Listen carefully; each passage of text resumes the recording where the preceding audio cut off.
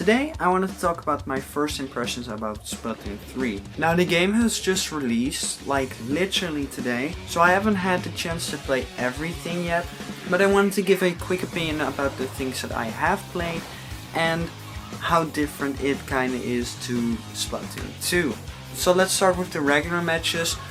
Well, it's Splatoon, like Splatoon 1 and Splatoon 2, but there was a difference.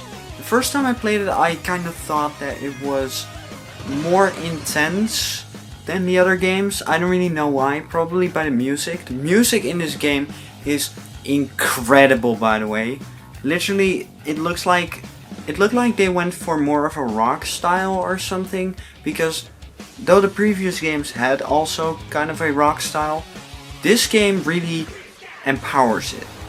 This game really does more with it than Splatoon 2 in my opinion, and I don't know if that's just me or if that's just what they changed about it. Some really good changes are that you now spawn in the air and not in a certain spawn area, so you can shoot yourself somewhere around your spawn. For example, if the enemy team is camping your spawn, you could shoot yourself to the right side and you could like swim around to take them by surprise, for example.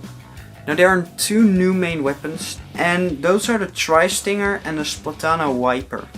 The Tri-Stinger is a really interesting weapon.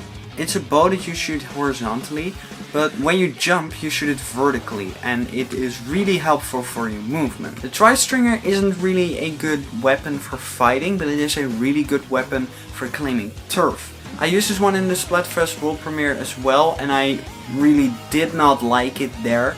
But when I had another chance to use it today, I changed my mind. It's a really good weapon and really fun to play with. So this one is probably one I will use a lot in Splatoon 3.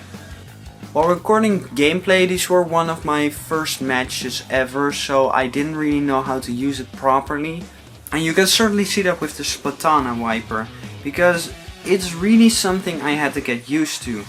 Because I'm not the most fan of melee weapons in Splatoon, so I don't know if it's just me that needs to get used to melee weapons, but I mean, I see the potential that this weapon has, and I certainly want to use it more, but right now I don't really have the skill to use it.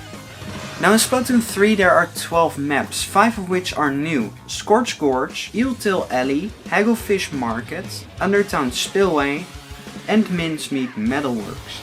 Now out of these 5 I played 2 of them. These are Hagglefish Market and Undertown Spillway. Hagglefish Market is a really fun map. It's really colorful, it's literally just a market. And Undertown Spillway is what it says, it's under the town.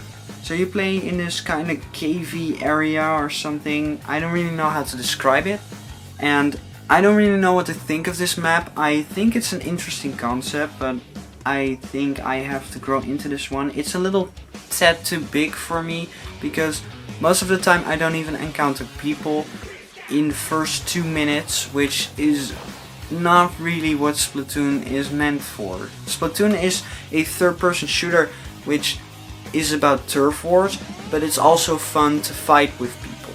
Now besides turf wars, you also have Anarchy Battles, which replaces the ranked modes from Splatoon 2.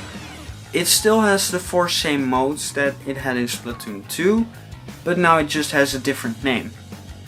So I have played these as well, and they're just the same. They are just as fun as they were in Splatoon 2. So I've also played a little bit of the single player, and I have to say that I enjoyed this one more than Splatoon 2. I didn't really enjoy Splatoon 2's single player for some reason. I don't know, it was just a little too long for me. The Octo expansion though really brought me into the fun side of Splatoon single player, because I mostly played Splatoon for the multiplayer. But now I have completed some levels in the single player of Splatoon 3 and I have really enjoyed it so far. So I hope to finish that soon and see what it brings me. Also, one of my favorite new features is the locker mechanic. You can now design a new locker and show it off to other people online.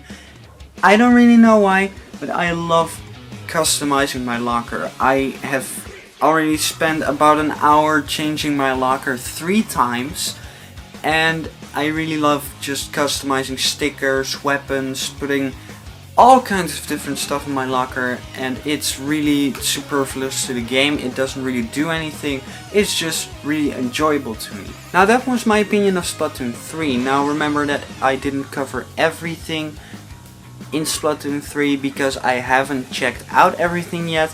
The game has been out for a day, so yeah, I just wanted to give a quick opinion, and I really hope you enjoyed this video. Consider subscribing if you like gaming content, and I hope to see you as well soon. Goodbye.